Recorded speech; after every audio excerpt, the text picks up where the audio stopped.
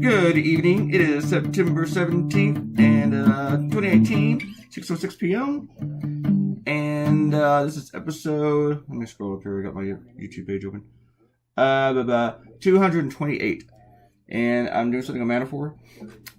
This is really, really bad because I had all weekend to think of this idea, and I could not. And I woke up around like 1 a.m. this morning. I still didn't have the idea, so I paced back and forth until about 3. And when I got this idea, well, my first idea was just Trump being afraid and hiding somewhere, hiding underneath his desk or hiding in the couch or the couch cushion fort. And I thought that was really kind of just stupid. Then I thought about the Manafort couch cushion fort, and I don't know why I thought of that, and so I went with it. I think now, though, I should have said sofa fort. Manafort, sofa fort. I think it would have sounded better. But I was kind of burned out last night. I really needed the day off from drawing that I took between Saturday and Monday morning. Between Saturday morning and Monday morning. So, sometimes you do burn out. So that was good. I won't have that problem tonight because I already got my idea. I actually got a couple ideas. So, which is normally how I work. Usually I have like the ideas are loaded up.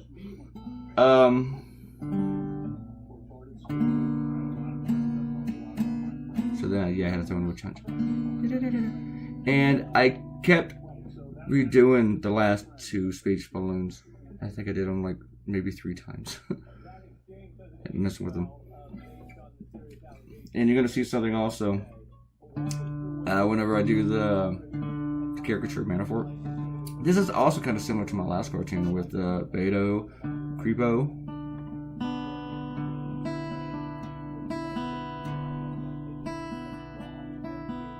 I sent that cartoon to every newspaper, just about every newspaper in Texas, the Beto Creepo one. And I've received a few responses. Mostly, no! But, we'll see. It's probably going to show up somewhere in Texas, other than one of the clients I have in that state.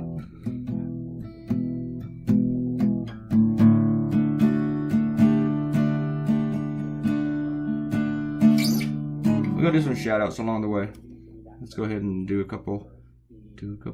I didn't really like this speech balloon so much. And I didn't like my, the one for the 17 Angry Democrats. It just didn't seem whimsical or sloppy enough. Or spontaneous enough.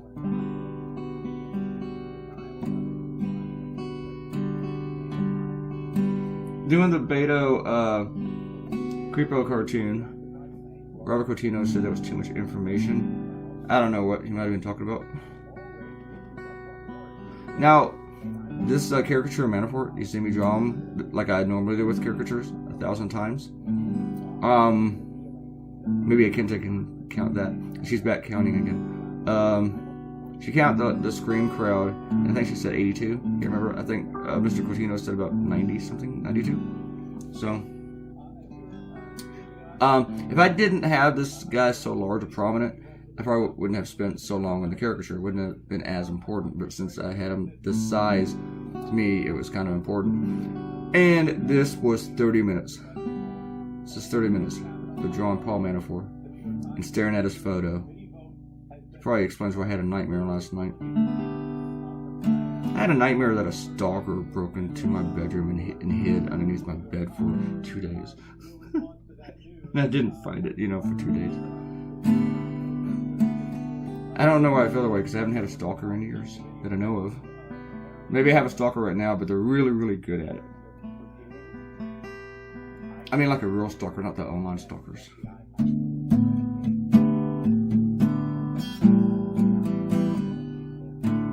I had a stalker once who would leave gifts on my porch. She was this married woman that I swear to God I did nothing with, I had nothing for her, did not lead on, did nothing, I was innocent.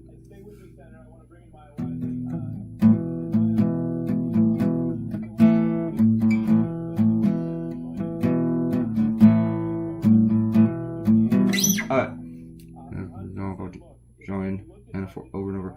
And Robert Coutinho told us that we should not forget, or that I did forget, that Texas is the same people who put Rick Perry in as their governor. That is true. That is true. And that guy, that guy did dumb. Oh, that dumb. He wants to get rid of 3 departments, but he can't remember. He can only remember the names of 2 of them. And now he's the head of one of those departments.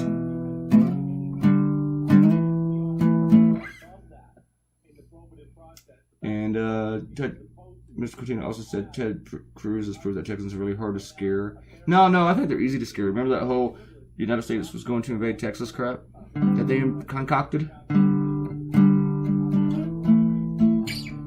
I think conservatives, I mean, they all run fear campaigns.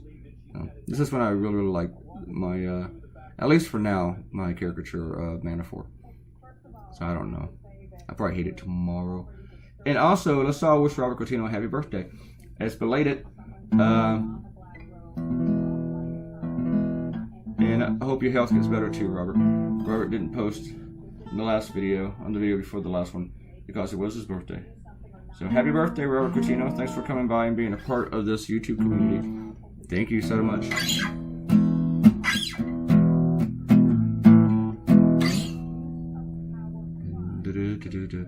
I actually changed my signature because I thought it was too big. But I didn't force you to watch me draw it twice. At first I was just going to do all the cushions, but then I drew the couch. Because I hadn't really done that one before. I drew a couch cushion for it last year, I think. Over a year ago. I think right after Trump came into office. And that cushion right there looks too much like a book. So it gets changed.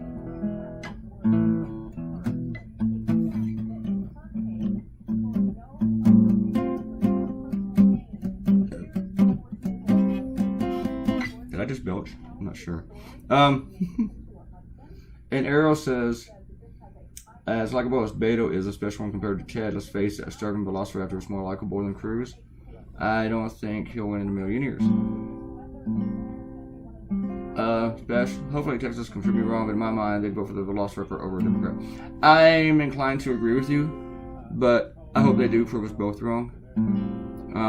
I don't want to say that Ted Cruz is definitely going to win, but I will say that the odds are in his favor very much. These state polls are the ones that tend to be off more than the national poll. But there's a lot of effort and money going into this race, so these polls might be really, really focused. So they might be pretty accurate. We'll find out in November.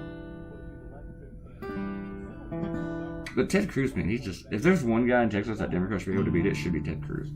I mean, even if he was a decent politician, of course, if he wasn't so slimy, maybe he would be kind of decent. But, I mean, he's just so slimy and creepy. Seriously. Arrow also said, I made Arrow look up Mr. Haney because I said Ted Cruz is like combination of Mr. Haney and Grandpa Munster.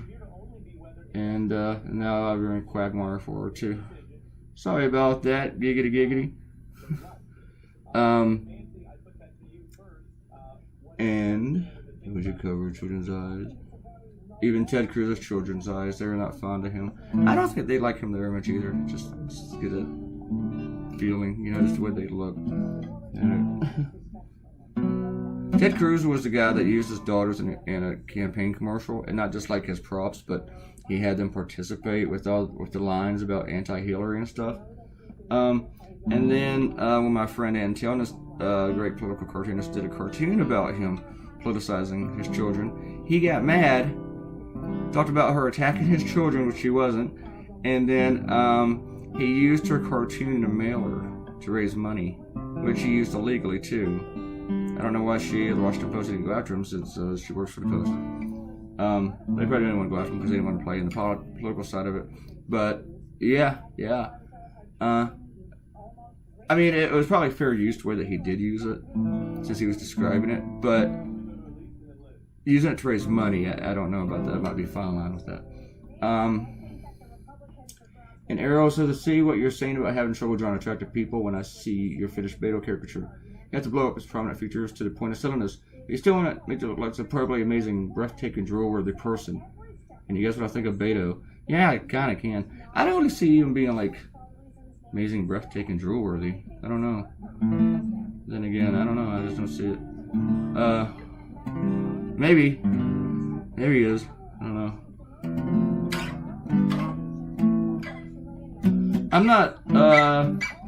I'm pretty confident in my sexuality that I can say when a man is handsome or good looking or whatever. I don't really worry about it. The other day, I mean, but I just don't see it with Beto. But I mean, I don't think he's an ugly guy. I mean, I think he is a good looking guy, but I'm not sure about drool worthy. The other day, my buddy and I were out and we sat at a bar and we were like at this corner of the bar to where the guy next to me was kind of almost facing me. He's like just where the corner wrapped around. And Gordon and I were talking about, for some reason it came up how I hadn't ever had a girl. He's in this house, and like the year and a half that I lived here. And then Gordon said maybe my roommates thought I was gay. And I said, yeah, but you know, I wouldn't really care if they did. And even if it was, they wouldn't care either. Even if it was gay, brought a dude to them, they'd probably talk his ear off. And then the guy who was sitting next to us, because we were eating, he goes, wow, a good way to ruin your appetite by saying something about gays. I'm like, why? Because I want to see cocks in my pasta or something? I don't know. I didn't really get it. Like, didn't ruin my appetite. And Gordon wasn't even being homophobic. He was just like, maybe they think you're gay. You know, just like a matter of fact.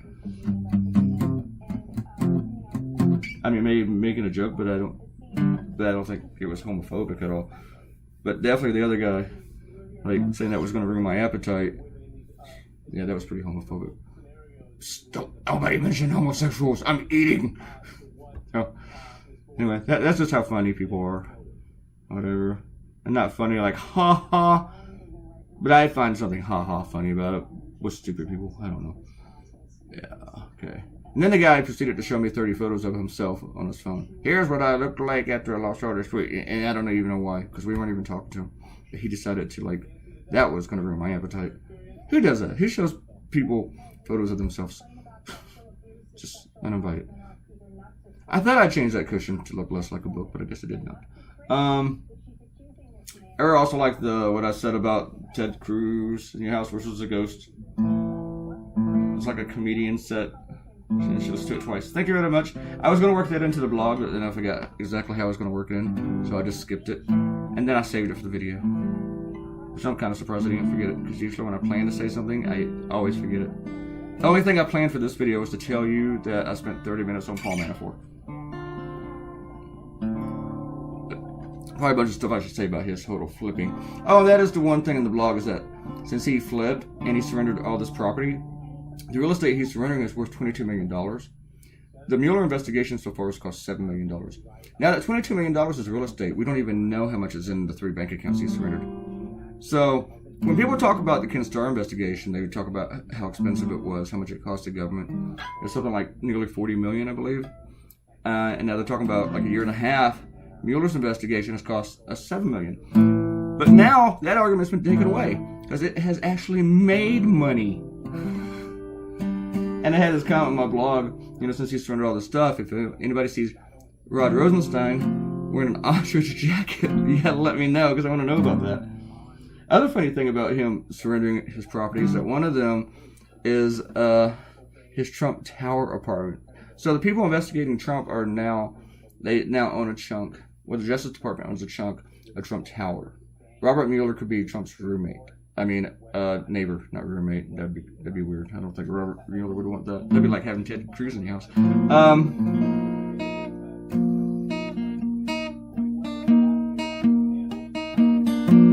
Anyway, we are done. And thanks for looking. Thanks for coming by and seeing the cartoon and all that stuff. I'm gonna post this video. Yeah, do a couple more things, and then eat tonight, and draw a cartoon. And I'm looking forward to my next cartoon. I'm looking forward to drawing it because it probably shouldn't be much of a problem. Hopefully it'll be a shorter video too. I'll see you guys tomorrow. Subscribe. Bye.